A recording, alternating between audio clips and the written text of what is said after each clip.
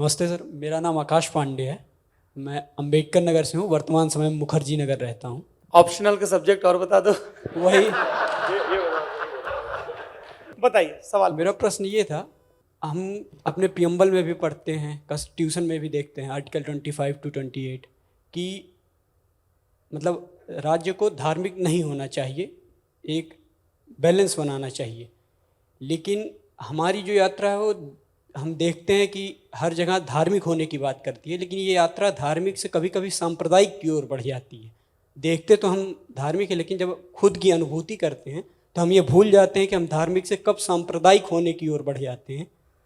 हमें इसे कैसे ठीक करना चाहिए और समाज के कौन से ऐसे कारक हो सकते हैं जो इसके ठीक करने में सहायक होंगे? आकाश, एक इसका जवाब दे दूं, छोटा सा बहुत, क्योंकि एक महाराष्ट्र के मुख्यमंत्री ने, नाम भी दे देते हैं चलिए, सुधाकर नाइक, वो महाराष्ट्र के मुख्यमंत्री थे जब बाबरी मस्जिद गिरी थी। उसके एक हफ्ते बाद हम उनके साथ बैठे थे।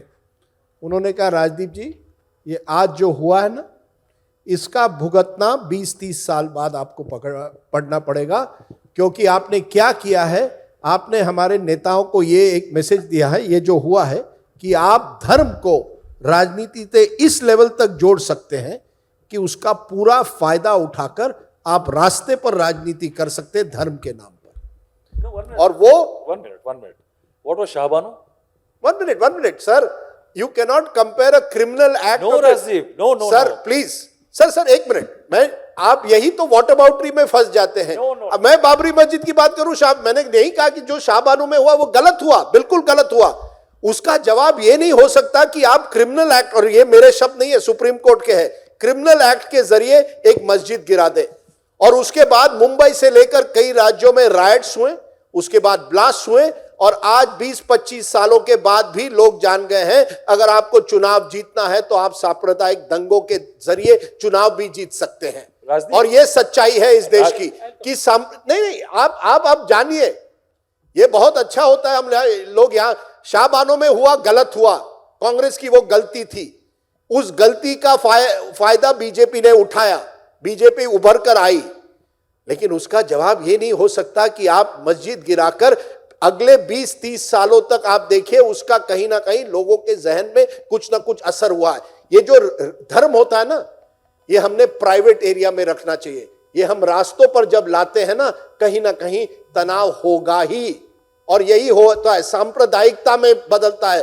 धार्मिक से सांप्रदायिक बनने में कोई बहुत कम समय लगता है मेरे दोस्त जी। सुनिए ये राजदीप जी, एक सेकंड सोल्यूशन, सर सोल्यूशन आप चाहते हैं, सोल्यूशन मेरे पास नहीं है मेरे दोस्त। राजदीप जी के पास नहीं है, मेरे पास सॉल्यूशन है, मैं आपको बता देता हूं और फिर मैं आपकी तरफ टॉस करूंगा ताकि आप दीजिए सोल्यूशन। जी, सॉल्यूशन है रैशनैलिटी।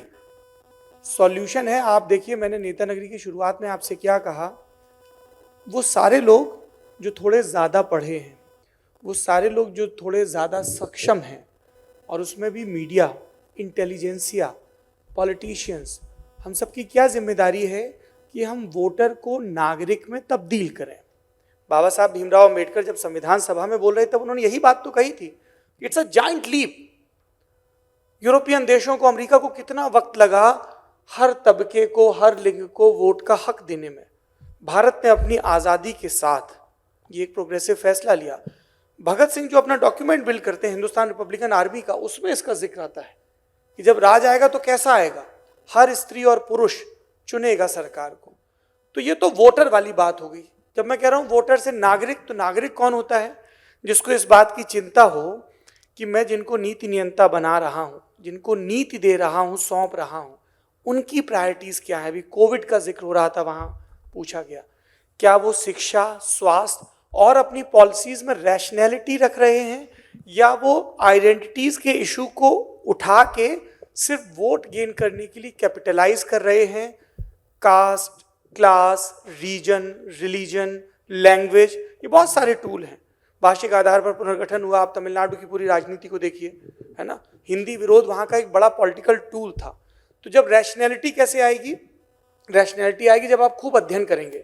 जब आप अध्ययन करेंगे तो आप इकलौती सत्य की व्याख्या से सहमत नहीं होंगे कि राजदीप ने कहा कि बाबरी मस्जिद, राहुल श्रीवास्तव ने कहा कि उसके पहले शाहबानो हुआ, तब भी सांप्रदायिक प्रश्न को ध्यान में रखा गया।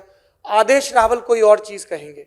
तो जब तक आप उसको लगातार डिग नहीं करते रहेंगे, किसी एक जवाब पर ठहर नहीं जाएंगे, जब तक आपके भीतर ये प्रश्नाकुलता रहेगी, जब तक आपके भीतर संशय रहेगा शक्तियों के प्रति और व्याख्याओं के प्रति। साइंस ऐसे ही काम करती है ना कि साहब ये सेब गिरा तो क्यों गिरा, तो उन्होंने न्यूटन ने बताया इसलिए गिरा, पर वो वहीं थम नहीं गए, उसके बाद वो आगे बढ़े। तो इसीलिए ये पत्रकारों की जिम्मेदारी है, जो संवाद की बात हो रही थी कि क्या हम नागरिक तैयार कर रहे हैं, क्या हम उनके भीतर रैशनैलिटी ला रहे हैं, so that they can question the way you question. सच्चाई ये है कि हमारे देश का मध्यम वर्गीय, मैं सौरभ की बात से कुछ हद तक इत्तेफाक नहीं रखता हूं, हमारे देश का मध्यम वर्गीय जो बन गया, मिडिल क्लास, पिछले 30 सालों में किसी ने लेफ्ट का सवाल पूछा था, लेफ्ट की कमजोरी क्यों हुई है, मिडिल क्लास बड़ा है और मिडिल क्लास केवल अपने स्वार्थ के लिए एक तरह से आगे बढ़ता है। वो मिडिल क्लास सबसे ज्यादा सांप्रदायिक बन गया है इस देश में। नहीं, गरीब सांप्रदायिक नहीं होता, गरीब को, हिंदू मुस्लिम को जरूरत एक दूसरे की पड़ती है। देखिए ये माइक पास लाके हिंदू मुस्लिम को एक दूसरे की जरूरत जब गरीब होता है ज्यादा पड़ती है। हम जब अमीर बनते हैं ना, मिडिल क्लास बनते हैं, तब हमें हमारी धार्मिक आइडेंटिटी को सांप्रदायिकता में बदलते हैं। जिस तरह से सोशल मीडिया हो या व्हाट्सएप हो, जिस तरह के बयानबाजी होती है, वो मध्यम वर्गीय जो स्कूल कॉलेज और यूनिवर्सिटी में जाते हैं उनमें सबसे ज्यादा होती है। जो साइंस पढ़ते हैं, some of the most communal minds in the country have been scientists. गुरु संवाद, don't get agitated, come on, ये सच्चाई है। अरे सच्चाई आराम से भी कही जा सकती है। हाँ, ये राजदीप जी जो कह रहे हैं मैं उससे पूरी तरह सहमत हूं। सांप्रदायिकता का आप किस आय वर्ग में है इससे कोई लेना देना नहीं है। You can be super rich and you can be communal, you can be super poor and you can be communal. और मैं राजदीप जी को ये कहना चाहूंगा, इस देश में जब सांप्रदायिक दंगों के बाद FIR होती हैं, तब आप उन लोगों की सोशियो इकोनॉमिक प्रोफाइलिंग देख लीजिए।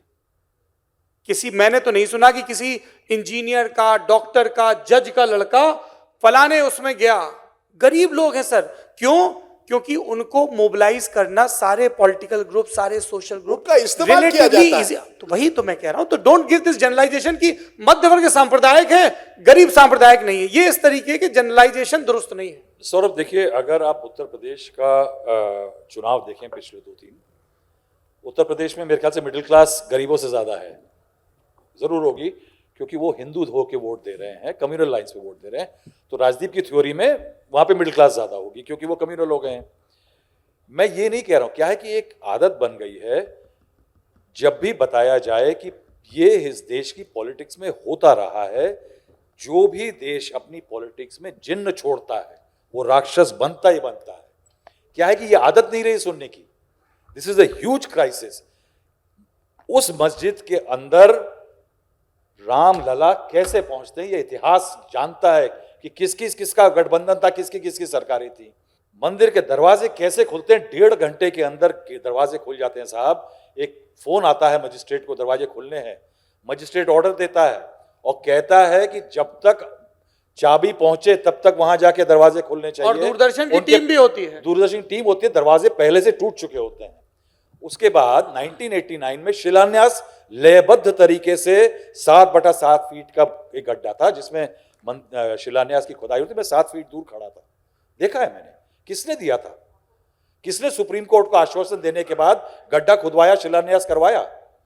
ये जिन्न छोड़ रहे थे साहब। आप जिन्न जब छूटते हैं राक्षसी बनते हैं, वो कभी भगवान का स्वरूप लेके वापस नहीं आते हैं। प्रॉब्लम है, ये प्रॉब्लम है साहब। एकमात्र ये जो कम्युनल क्राइसिस है ना, आप देखिए यूरोप के बड़े बड़े पढ़े लिखे देश जहां 100% साक्षरता है, वहां भी हो रहा है ना, कम्युनल क्राइसिस है ना। लेकिन शिक्षा, ये बजरंगी भाईजान की डायलॉग है, नफरत फैलाना बहुत आसान है, प्यार बांटना डायलॉग बहुत आसान है। नहीं, यही सवाल है। सिर्फ डायलॉग आसान है, उसके अलावा कुछ आसान नहीं। नहीं, आप मुझे बताइए, नफरत मैं सिर्फ ये कह रहा हूं, नहीं, नफरत फैलाना बहुत आसान है। ये कौन कि आपसे असहमत है, पर मैं यहां पर आय वर्ग का जो सरलीकरण है उस पर मैं अपना प्रोटेस्ट रजिस्टर करवा रहा था।